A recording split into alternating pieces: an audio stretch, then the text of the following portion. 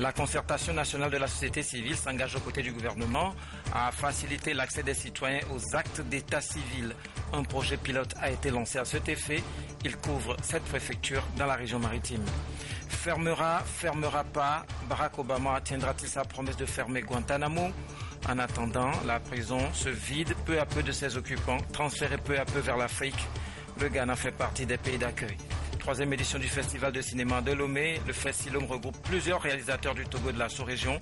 Plus de 100 films à découvrir, dont certains mis en compétition.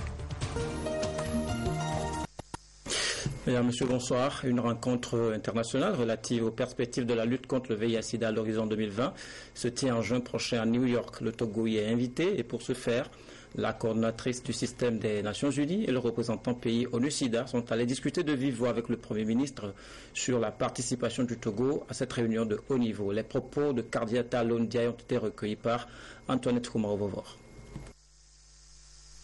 Nous avons eu l'honneur, Monsieur le directeur pays de l'ONU-SIDA et moi-même, d'être reçus par son Excellence, Monsieur le Premier ministre, avec qui nous avons eu un entretien relatif à la réunion de haut niveau que, sous l'égide du secrétaire général des Nations Unies, l'ONU-SIDA organise à New York au mois de juin à propos de la nouvelle stratégie que l'ONU-SIDA propose pour la réponse à l'horizon 2016-2020.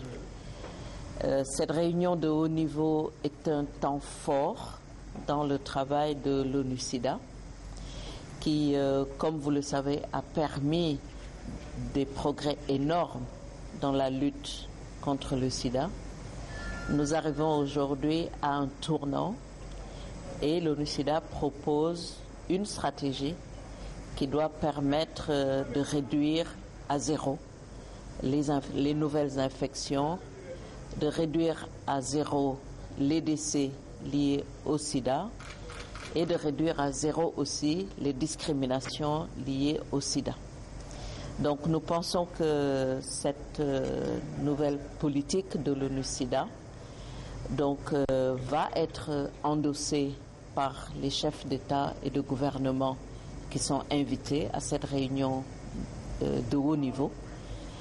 Bien entendu, le Togo a été invité à travers l'adresse que le chef de l'État a reçue du secrétaire général des Nations Unies. Et il était donc de notre devoir de venir également rendre compte à son Excellence, Monsieur le Premier ministre, et lui parler avec un peu plus de détails de l'importance de cette réunion.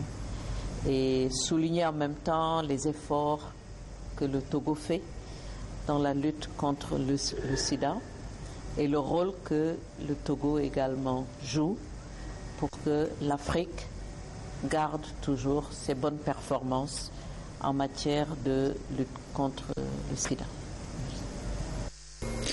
Le Togo effectuera également cette année son second passage devant le Conseil des droits de l'homme des Nations Unies pour le compte de l'examen périodique universel. Après l'étape de 2011 où des avancées ont été constatées et des recommandations formulées pour renforcer davantage le cadre de protection des droits de l'homme au Togo, la CNDH, après examen de la situation actuelle, a établi un nouveau rapport qu'elle présentera à Genève en octobre prochain. Le test est soumis à validation au plan national. Dédé Koussao, Edem, Soussoupo. Du 31 octobre au 11 novembre 2016, le Togo sera à Genève, en Suisse, devant le Conseil des droits de l'homme de l'ONU. C'est pour une évaluation de la situation des droits de l'homme dans le pays. Un rendez-vous important au titre du second cycle de l'EPU, examen périodique universel. L'EPU est un mécanisme d'évaluation qui permet au Conseil des droits de l'homme d'examiner sur une base périodique le respect des obligations et des engagements auxquels ont souscrit les États membres de l'ONU. Ici, un regard critique est jeté sur le projet de rapport de la Commission nationale des droits de l'homme qui, une fois validé, sera soumis au Conseil. Et selon le rapport, des avancées significatives ont été enregistrées par le Togo dans le renforcement de l'arsenal juridique interne, ce qui lui a valu le statut A. Le statut A, cela signifie que le Togo est un bon élève en matière des droits de l'homme. et nous sommes toujours en statut A. Et nous pensons au second passage demeurer dans le statut A parce que nous estimons que depuis 2011, le Togo a fait des efforts. Les avancées du Togo en matière des droits de l'homme concernent notamment la ratification de la Convention contre les disparitions forcées en 2014, l'adoption de la loi relative à l'aide juridictionnelle en 2013, la révision de la loi portant Code des personnes et de la famille et l'adoption du nouveau Code pénal. Le Conseil s'était réjoui en juin 2014 de la mise en œuvre de plus de 60% des recommandations issues du premier passage du Togo. C'était lors de la présentation à mi-parcours du rapport sur la mise en œuvre des recommandations. Les droits des citoyens, c'est aussi l'accès facile aux actes d'état civil. La concertation nationale de la société civile en a fait son cheval de bataille. Elle a mis en œuvre un projet dénommé « Promotion de l'accès aux actes d'état civil à tous ». Les ministères de la Justice et de la Sécurité sont mis à contribution. Des pièces d'identité seront délivrées avec célérité à plusieurs citoyens dans 7 préfectures ciblées par ce projet dans la région maritime. Emmanuel Adjaclo, Silver Abdou. Disposer d'une pièce d'identité est une nécessité pour chaque citoyen, un précieux sésame pour se protéger soi-même et s'ouvrir sur le monde.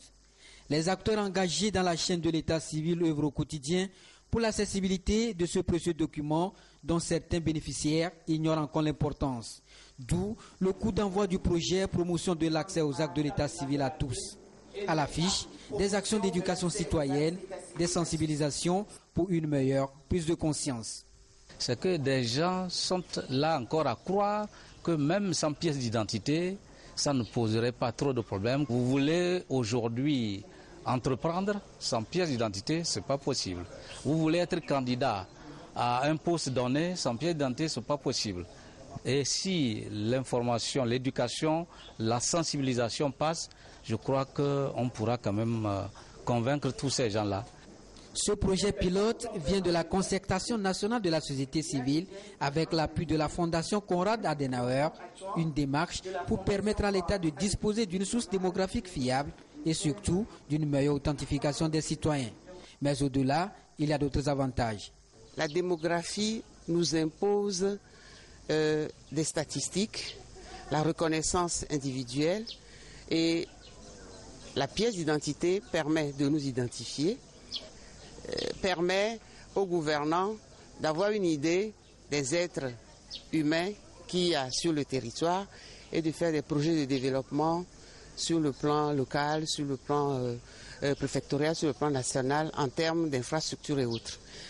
Notre motif principal est de faire en sorte que chaque citoyen et chaque citoyenne togolaise se sentent concernés par la pièce d'identité.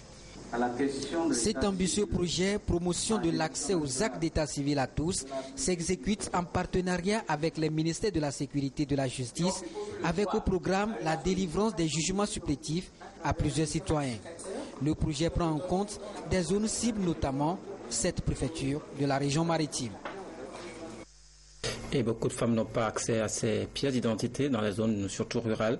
Elles souffrent de pesanteurs socio-culturelles qui les relèguent au second plan. Le Sor Optimiste International Club de Lomé, une organisation féminine, combat les discriminations et les violences perpétrées à l'encontre des femmes. Le mouvement fête son jubilé des Méraudes, 40 ans au service des œuvres sociales et célébré sous le thème « L'entrepreneuriat dans le secteur formel ». Clémentine Didi, Nathalie Panegué.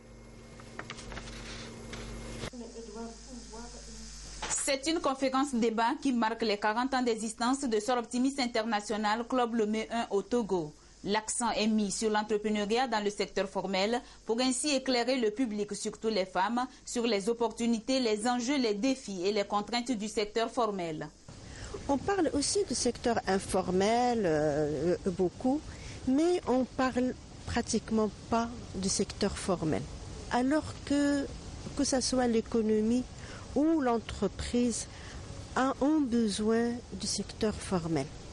Parce que c'est le secteur formel qui crée le plus de richesse. Et quand on dit créer plus de richesse, c'est créer plus de richesse pour l'entreprise, plus de richesse pour la population. L'entrepreneuriat se veut un outil moderne et innovant. Le professeur Bigoularé a su le démontrer dans sa communication soutenue par Madame Leguédé, l'une des femmes togolaises entrepreneurs du secteur formel. J'ai beaucoup apprécié la conférence de ce matin.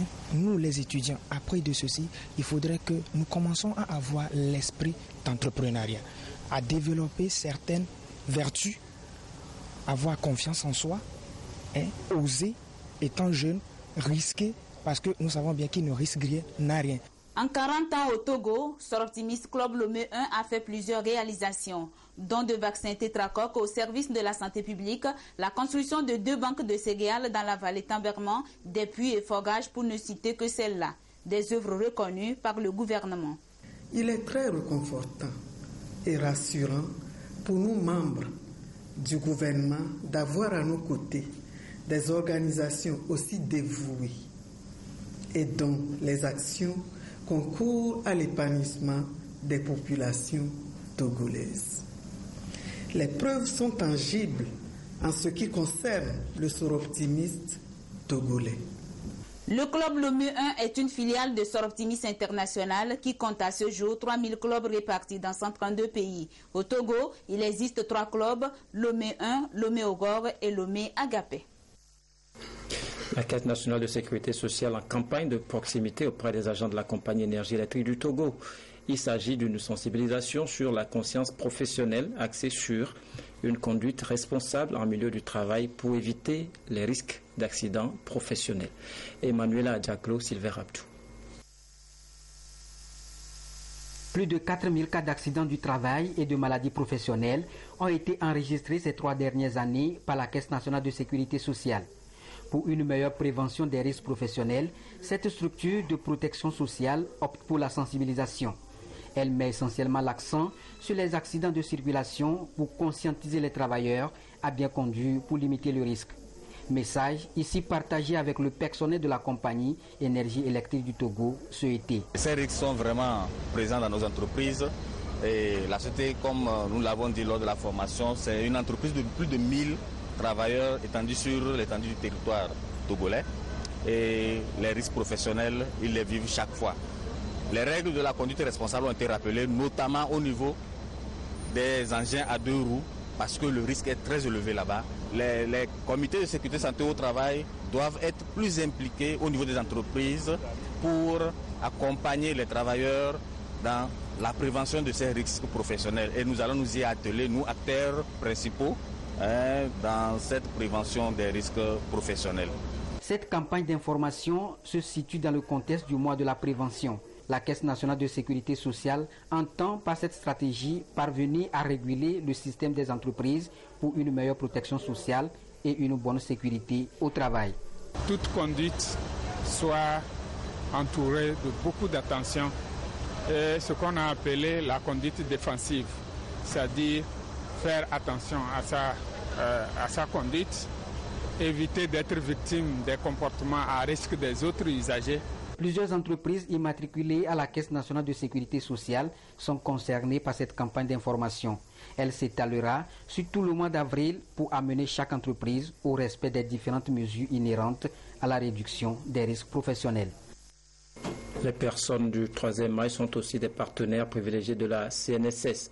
Pensions, veuvage et allocations diverses. Ces personnes du 3e âge souffrent de difficultés émotionnelles souvent. Manque d'affection, solitude, manque de soins et même abandon de la part de leurs proches, ce qui leur nuit énormément. Les personnes âgées et la solitude, c'est une enquête menée par Nathalie Panek.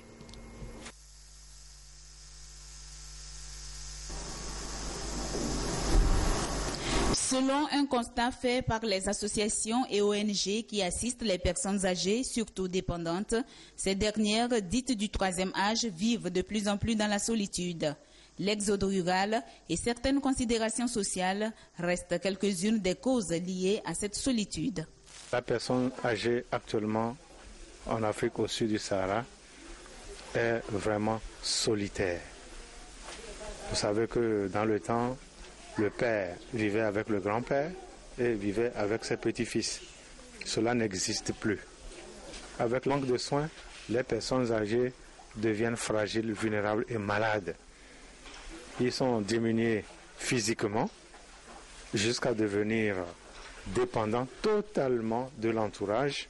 Dans certaines zones rurales et même certaines zones urbaines, eh bien, gare à vous si vous vivez vieux. On va vous attaquer de sorcellerie. Que c'est parce que vous êtes sorcier que vous ne mourrez pas vite.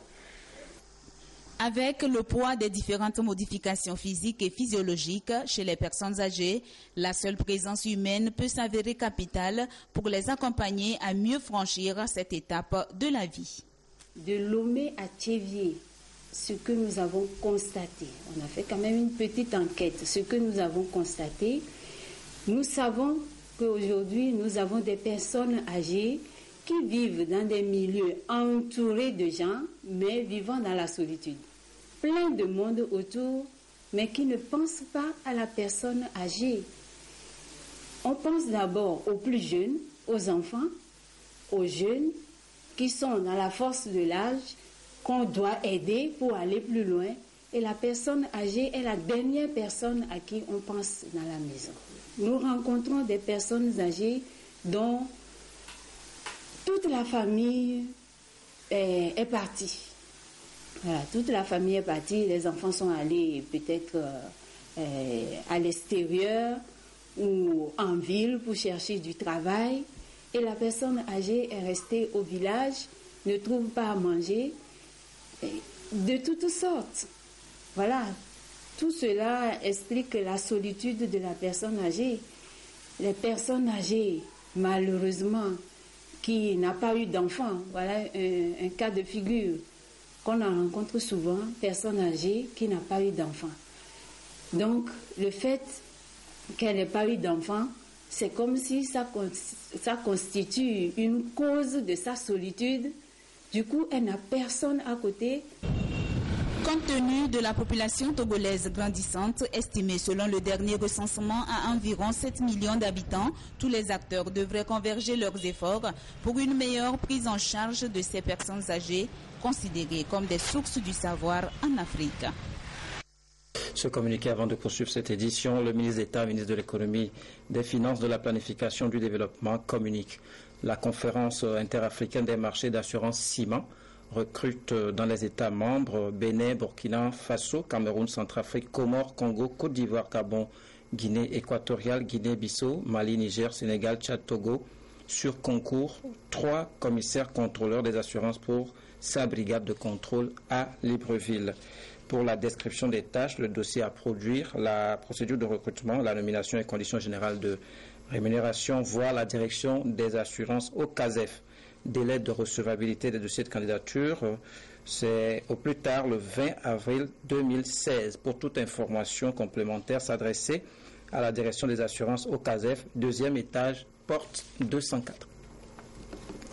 C'était une promesse de campagne de Barack Obama. La fermeture de la tristement célèbre prison de Guantanamo tarde à venir, mais il y a quand même quelques avancées. Les prisonniers sont progressivement transférés vers des pays africains, dont le Ghana. Ont décidé d'accueillir des détenus du camp américain de détention de Guantanamo. Situé sur la base navale de la baie de Guantanamo dans le sud-est de Cuba, ce centre de détention militaire de haute sécurité est reconnu pour ses traitements dégradants, faisant ainsi l'objet de critiques incessantes de la part des défenseurs des droits de l'homme.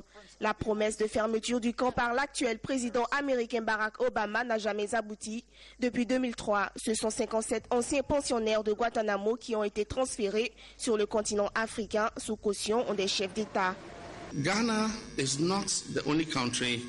Le Ghana n'est pas le seul pays africain à avoir accepté d'accueillir un ancien prisonnier de Guantanamo. Cette prison est le signe du non-respect des droits élémentaires de l'homme. Des gens qui sont emprisonnés sans une perspective de procès, sans avocat, ou tout simplement sans droit. À son arrivée, le président Barack Obama avait annoncé qu'il fermerait cette prison. Et tout autant que nous sommes chefs d'État africains, nous partageons cet avis.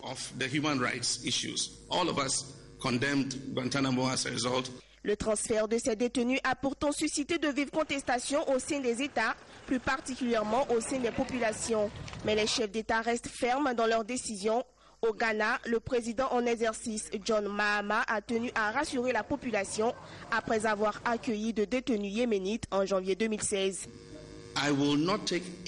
Je ne peux pas prendre une décision susceptible d'affecter les citoyens ghanéens. C'est mon devoir d'assurer la sécurité de chaque citoyen, quelle que soit sa classe sociale. C'est après de nombreuses consultations au niveau local et international que nous avons pris la décision de recevoir le prisonnier de Guantanamo. Il n'y a pas de raison d'avoir peur aujourd'hui. Le Sénégal fait partie des derniers États africains à avoir accepté d'accueillir des détenus de Guantanamo. Il s'agit de deux Libyens, Salem Abdul Salem, âgé de 55 ans, et Omar Alif Oumar. Ces deux ex-détenus de la haute prison américaine laissent derrière eux 14 ans de détention arbitraire. L'Afrique, continent généreux, les femmes africaines l'illustrent encore si bien.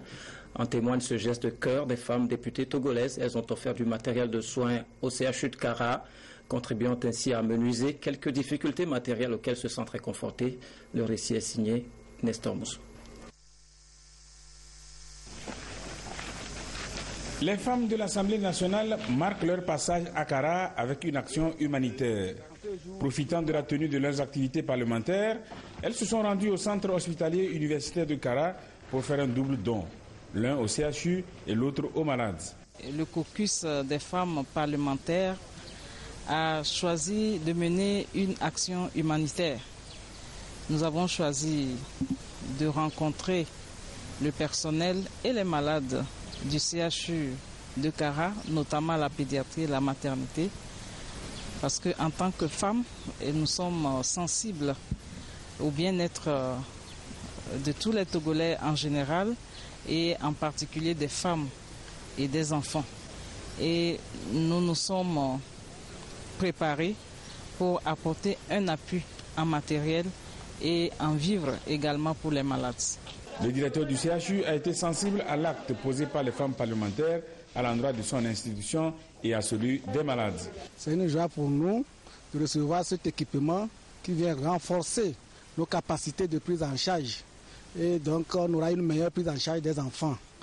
Et par rapport à leur visite de l'hôpital, cela leur a permis de constater, toucher du doigt les problèmes de l'hôpital, et nous comptons sur elles pour de défendre notre cause auprès des partenaires et du gouvernement.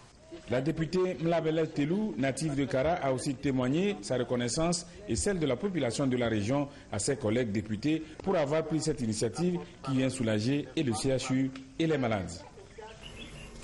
Le 8e Forum national du paysan togolais a ouvert ses portes jeudi, toujours à Kara.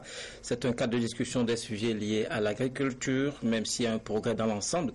La tendance actuelle est d'améliorer encore la production à tous les niveaux. Et à ce titre, du matériel a été acquis pour le compte de certains projets pour faciliter le travail aux bénéficiaires et encourager les producteurs performants. Nestor Moussou. Le PNIASA, Programme national d'investissement agricole et de sécurité alimentaire, comporte plusieurs projets et sous-projets. Le projet national de promotion de l'entrepreneuriat rural en fait partie. 9 véhicules viennent d'être acquis pour la mise en œuvre du PNPER, dont l'objectif est d'amener les producteurs à passer de la production individuelle à celle d'entreprise. Une exploitation familiale peut être considérée comme une entreprise agricole. Une coopérative agricole peut être considérée comme une entreprise. Donc, sur cette base, nous allons encadrer les femmes et les jeunes qui ont leur propre projet dans le secteur agricole et rural. Il y a un véhicule par région. Dans chaque région, il y aura une plateforme. Et ces gens-là vont recevoir les dossiers des jeunes et des femmes pour étudier, voir si ce projet est bancable. Donc, ils vont transmettre ces projets aux banques qui constituent aussi un autre pool. Les banques vont nous dire ce projet est bien pour être financé, mais le gars n'a pas de garantie. Nous apportons la garantie. Le projet national de promotion de l'entrepreneuriat rural a été conçu pour accompagner les producteurs dans plusieurs domaines, dont celui du riz. Au sujet de cette culture, un projet est exécuté à Kara. Il s'agit du PDP-RK, projet de développement de la production rizicole dans la région de la Kara. Commencé en 2011, le PDP-RK vise à réduire l'importation du riz.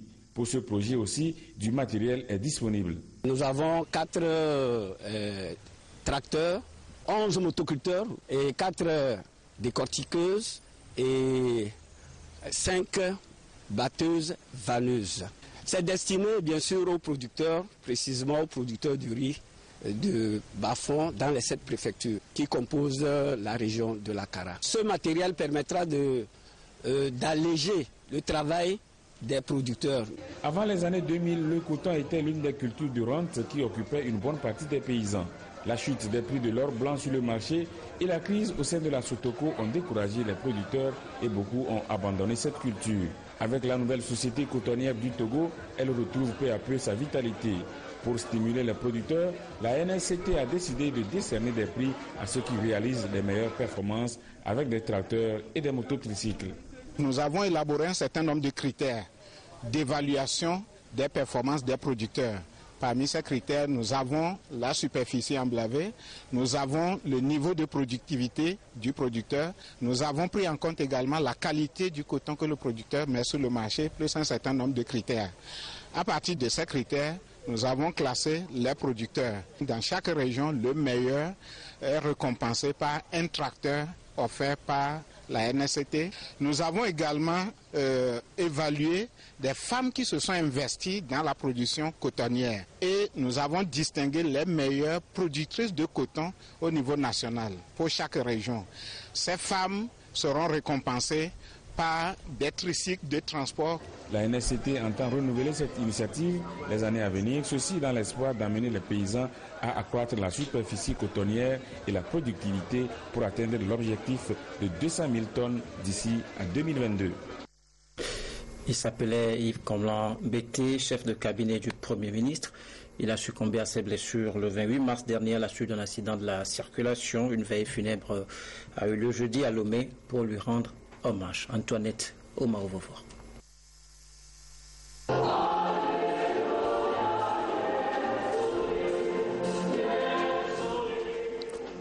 Dernier hommage à Yves Comlan Bété, ancien chef de cabinet du Premier ministre, ancien membre de la CNI, décédé le 28 mars 2016 au CHR de Notiens à la suite d'un accident de la circulation dans sa 49e année.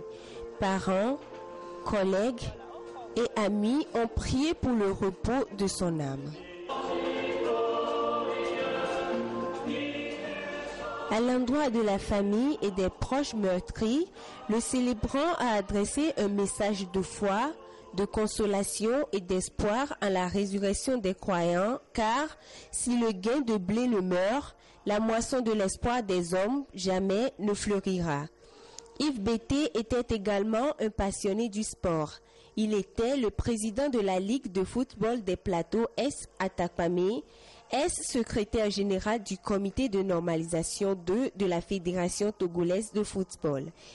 Il s'en va dans la maison du Père Céleste, laissant derrière lui 4 enfants. Il sera inhumé ce samedi 9 avril à Glini.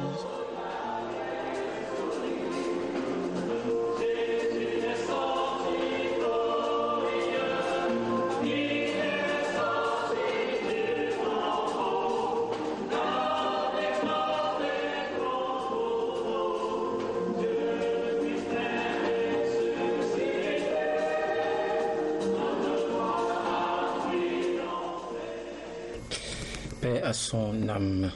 3e édition du Festival de cinéma de Lomé, Festilom 2016, lève le voile sur 151 films, dont 21 en compétition. Des réalisateurs, acteurs venus de la sous-région est-africaine du Togo sont présents à ce rendez-vous pour exhiber leur savoir-faire. C'est du 7 au 14 avril. Reportage. C'est le clap du début du Festilom, Festival de cinéma de Lomé. 8 jours pour des réalisateurs, acteurs et cinéphiles du Togo et de la sous-région ouest-africaine de mettre en valeur leur savoir-faire cinématographique. Et déjà, 3 courts-métrages ont planté le décor de ce rendez-vous du 7e art.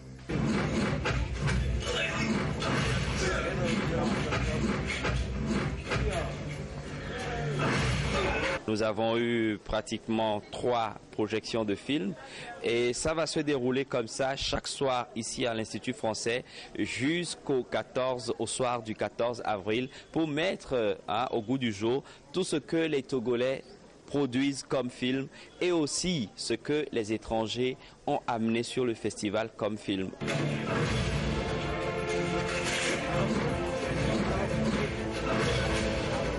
151 films, dont 21 en compétition, vont être projetés sur 3 sites à Lomé. Ils traiteront des questions de la vie quotidienne, notamment les droits de l'homme et l'environnement. Le thème du festival cette année, c'est les objectifs du développement durable. Et pendant les 8 jours, nous avons des conférences débats, nous avons des expositions, nous avons des formations et nous avons au même moment des tournages de films.